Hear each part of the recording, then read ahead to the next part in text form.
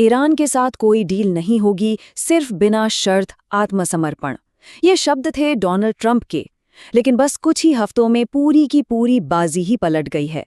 तो सवाल ये है कि आखिर हुआ क्या? चलिए इस पूरी उलझन को परत दर परत सुलझाते हैं। तो बात है कुछ ही हफ्ते पहले की, 6 मार्च की। डोनाल्ड ट्रंप का स्टैंड बिल्कुल क्लियर था। उन्होंने कहा, ईरान के साथ कोई डील नहीं होगी, सिर्फ और सिर्फ अनकंडीशनल सरेंडर होगा। कोई समझौता नहीं, कोई बातचीत नहीं। मतलब मामला एकदम साफ था। और यहीं से हमारी आज की कहानी की नींव रखी गई। और फिर अचानक मानो सब कुछ बदल गया। तो सवाल ये उठता है कि जो शख्स कल तक बिना शर्त सरेंडर की बात कर रहा था, वो आज अचानक एक डील के लिए इतना बेताब क्यों हो गया है? कुछ तो हुआ होगा ना, है ना? तो चलिए इस गुत्थी को सुलझाना शुरू करते हैं। और इसका पहला सुराग हमें मिलता है हॉर्मोज की खाड़ी से। यहाँ पर अमेरिका की एक बहुत बड़ी नौसैनिक रणनीति थी जो कह सकते हैं कि उम्मीद के मुताबिक काम नहीं कर पाई। देखिए, अमेरिका का दावा तो बहुत बड़ा था। उनका कहना था कि हॉर्मुज़ की खाड़ी, जो दुनिया का सबसे जरूरी ऑयल रूट है, उस पर हमारा पूरा कंट्रोल है। प्लान ये था कि दुनिया की सबसे ताकतवर नेवी इस रास्ते को ब्लॉक कर देगी और ईरान आर्थिक रूप से घुटनों पर आ जाएगा। सुनने में तो प्लान बिल्कुल फुल प्रूफ लगता है। लेकिन कागज पर जो दिखता है, असलियत हमेशा वैसी नहीं होती। और इस मामले की असलियत छिपी है एक नंबर में, 34। ये उन ईरानी टैंकरों की संख्या है जो अमेरिकी नेवी की इस बड़ी नाकेबंदी को चकमा दे के निकल गए। तो सवाल ये है कि उन्होंने ये किया कैसे? मतलब दुनिया की सबसे पावरफुल नेवी को चकमा देना कोई बच्चों का खेल तो है नहीं। उन्होंने कुछ बहुत ही स्मार्ट तरीके अपनाए।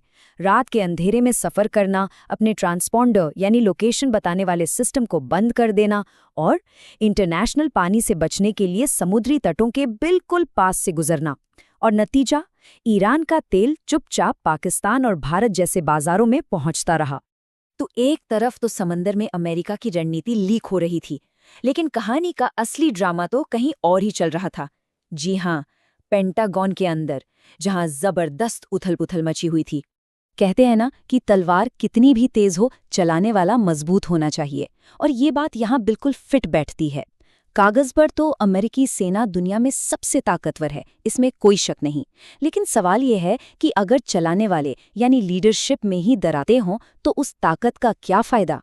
और ये सिर्फ कहने की बातें नहीं थीं, ये दरारें साफ साफ दिख रही थीं। जरा देखिए, नेवी के सेक्रेटरी को नौकरी से निकाल दिया गया। 24 से ज्यादा जनरल्स और एडमिरल्स को या तो हटा दिया गया या साइडलाइन कर दिया गया। अरे, आर्मी के चीफ ऑफ स्टाफ तक को नहीं बख्शा गया। मतलब दुनिया की सबसे ताकतवर फौज का टॉप मैनेजमेंट आपस में ही लड़ रहा था। और इस सब की कीमत क्या थी? जरा इस आंकड़े पर गौर कीजिए। 28 से 35 बिलियन डॉलर्स। इतना पैसा अब तक इस कॉन्फ्लिक्ट पर खर्च हो चुका है। और बदले में मिला क्या? Almost zero. मतलब इतना बड़ा इन्वेस्टमेंट और हाथ बिल्कुल खाली। तो एक तरफ अमेरिका अपने ही घर में उथल-पुथल से जूझ रहा था और दूसरी तरफ ईरान ने एक और मोर्चे पर हमला बोल दिया था। और वो मोर्चा था इंफॉर्मेशन वॉर का, एक बहुत ही कोऑर्डिनेटेड और स्मार्ट जवाबी हमला। अब जरा दोनों तरफ की कहानियों में फर्क देखिए। अमेरिका दुनिया को बता रहा था कि ईरान की लीडरशिप में फूट पड़ गई है, वो टूट रहे हैं। और ईरान क्या कर रहा था? वो एक मजबूत, एकजुट चेहरा दिखा रहा था और अमेरिकी दावों को बस प्रोपोगेंडा कहकर उड़ा दे रहा था। और ये सिर्फ खोखले बातें नहीं थीं, उन्होंने इसे साबित भी किया। मिसाल के तौर पर, ईरान के प्रेसिडेंट और पार्लियामेंट के स्पीकर दोनों ने एक ही समय पर एक जैसे सोशल मीडिया पोस्ट किए। ये अमेरिकी दावों का सीधा जवाब था। मैसेज एकदम क्लियर था, हम एक हैं। तो सोचिए, नाकेबंदी फेल हो चुकी है, सेना के अंदर खींचतान चल रही है और इन्फॉर्मेशन वॉर में भी दुश्मन भारी पड़ रहा है। ऐसे में ट्रंप के पास अब बचा क्या है? उनके पास अब कौन सी चालें बची हैं? चलिए देखते हैं।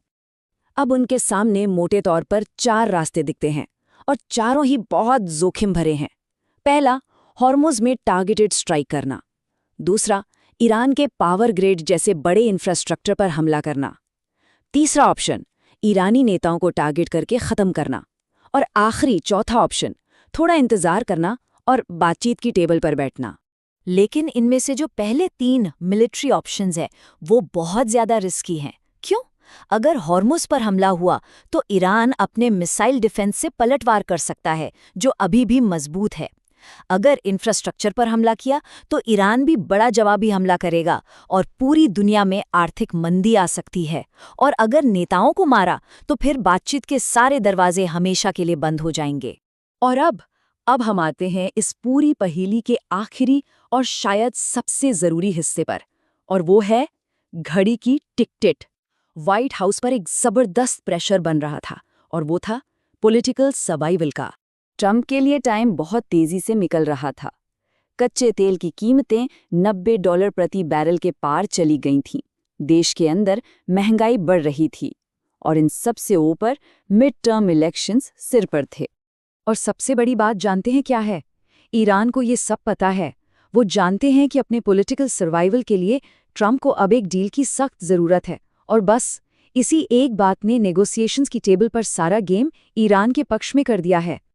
हाँ, ये हो सकता है कि अपना चेहरा बचाने के लिए ट्रंप एक आखिरी बार ताकत दिखाने की कोशिश करें, लेकिन एक बात अच्छी है कि उन्होंने कम से कम सबसे खतरनाक ऑप्शन यानी न्यूक्लियर वेपन्स को तो रूल आउट कर ही दिया है।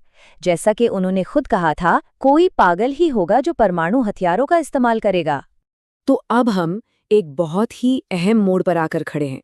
जब पॉलिटिकल करियर दांव पर लगा हो, तो क्या चेहरा बचाने के लिए एक आखिरी हमला ही एकमात्र रास्ता बचेगा?